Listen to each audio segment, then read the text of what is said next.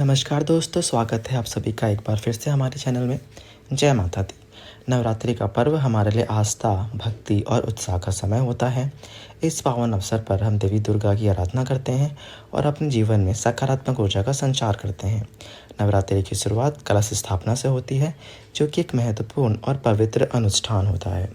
कलश स्थापना का महत्व हमारे जीवन में शुभता, समृद्धि और सुख की प्राप्ति के लिए होता है।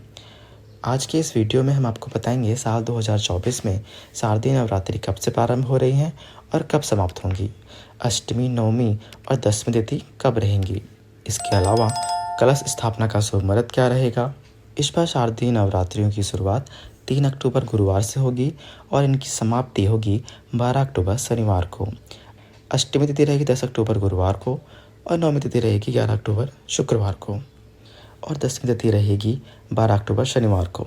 कलश की स्थापना नवरात्रि के पहले दिन प्रतिपदा तिथि में शुभ मुहूर्त में करनी चाहिए, तभी कलश स्थापना का पूरा पुण्य मिलता है।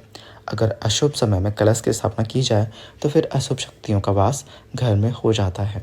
प्रतिपदा तिथि प्रारंभ होगी 2 अक्टूबर बुधवार को मध्यरात्रि 12:20 से और प्रतिपदा तिथि की समाप्ति होगी 3 अक्टूबर गुरुवार को मध्यरात्रि 2:58 पर। यानी कि गुरुवार को सारा दिन ही प्रतिपदा तिथि रहेगी।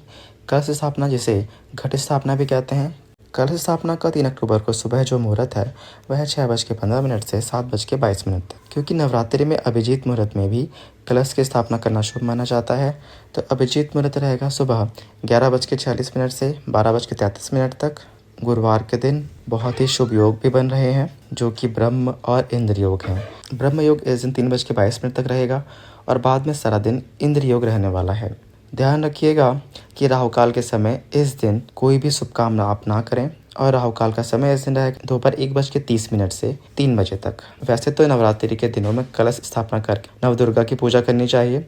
अगर आप किसी कारण से कलश स्थापना करने में समर्थ नहीं है तो फिर ऐसे में आप बिना कलश की स्थापना करे भी नवरात्रि की पूजा की शुरुआत कर सकते हैं या नवरात्रि का उपवास रख सकते हैं। कलश की स्थापना केवल प्रतिपदा तिथि के दिन यानी नवरात्रि के पहले दिन शुभ मुहूर्त में ही की जाती है।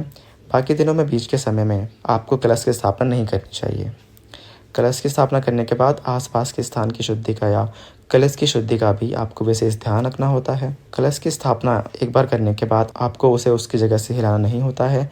यहाँ तक कि आपने जो जौ वाला नारियल कलश के ऊपर स्थापित किया हुआ है उसे हटाकर बार बार कलश के अंदर जल भी नहीं भरना होता है, क्योंकि जब अंतिम दिन विसर्जन किया जाता है तभी कलश को हटाया जाता है। तो दोस्तों, यह थी आज की वीडियो। आपको यह जानकारी कैसी लगी हमें कमेंट्स करके जरूर बताएं। वीडियो को लाइक करें और ऐसे ही कथा, कहानी और जानकारी के लिए हमारे चैनल को सब्सक्राइब करें। धन्यवाद।